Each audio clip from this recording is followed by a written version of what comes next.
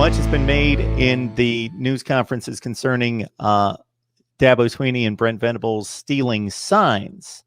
And Ryan Day alluded to it in a very vague sort of way. Just to give it a little bit more substance, it's been more detailed in more direct terms by guys like Rhett Lashley, the Miami offensive coordinator, and Brian Kelly, Notre Dame's head coach. So it's not like Ryan Day just pulled this out of thin air. This has been a talking point for a time. Yeah, and I think that there's probably something to this. Ryan Day's comments were kind of in reference to last year and, Clemson figuring out what Ohio State was doing offensively after that first half, especially. But this isn't against the rules. You're not cheating in this sense if you're looking at it from a Clemson perspective. I think if you're Ryan Day, you don't like it because not everyone does it, but some teams do, and it's not just a Clemson thing. There were comments made by Ryan Day early this season about Indiana and how they have sort of had that reputation, and that's a school that Indiana or Ohio State's own offensive coordinator Kevin Wilson kind of helped build the foundation of. So, I think that this is interesting in terms of how the game will play out. But against Indiana, Ohio State huddled a couple times. That's something that you hardly ever see the Buckeyes do going back to the start of the Urban Meyer era. You have to go back to Luke Fickell, I think, probably before the last time this team really huddled. But they did on more than one occasion in that game. Justin Fields was reading the plays off of a wristband. So it'll be interesting to see how Ohio State combats that. You can also come up with more complicated signs, but that obviously means that Justin Fields and the rest of the offense have to be aware of those signs.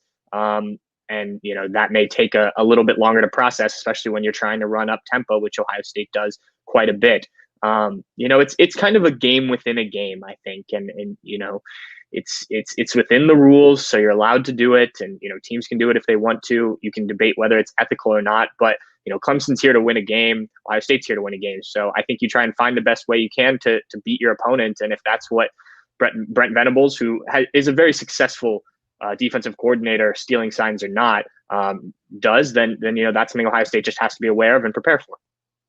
Yeah, we've certainly seen controversies in other sports and in the NFL concerning stealing signs. And there, in my book, is the difference between just having the wherewithal and the experience and the detail of reviewing sign after sign after sign to be able to steal them. Right. Hey, that's fair game. They're not doing a good enough job of disguising the signs versus going to the technological advancements that the Houston Astros did in Major League Baseball. Yes. The Patriots were accused of taping practices. That's a completely different level, of course.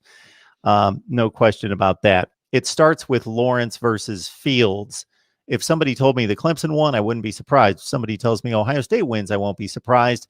There just seems to be more question marks on the Ohio State column than there does for Clemson.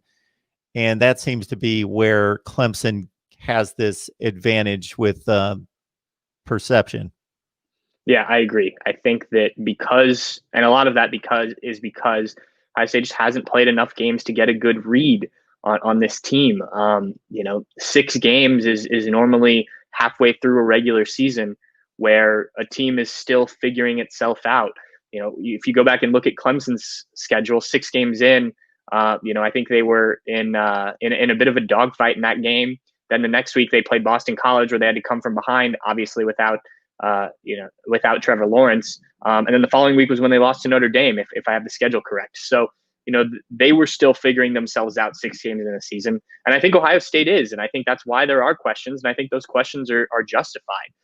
We just don't know enough about this Ohio State team, this year's group, to say, oh yes, this team can hang with Clemson. And I think they can hang with Clemson, but beat Clemson. And you say that confidently.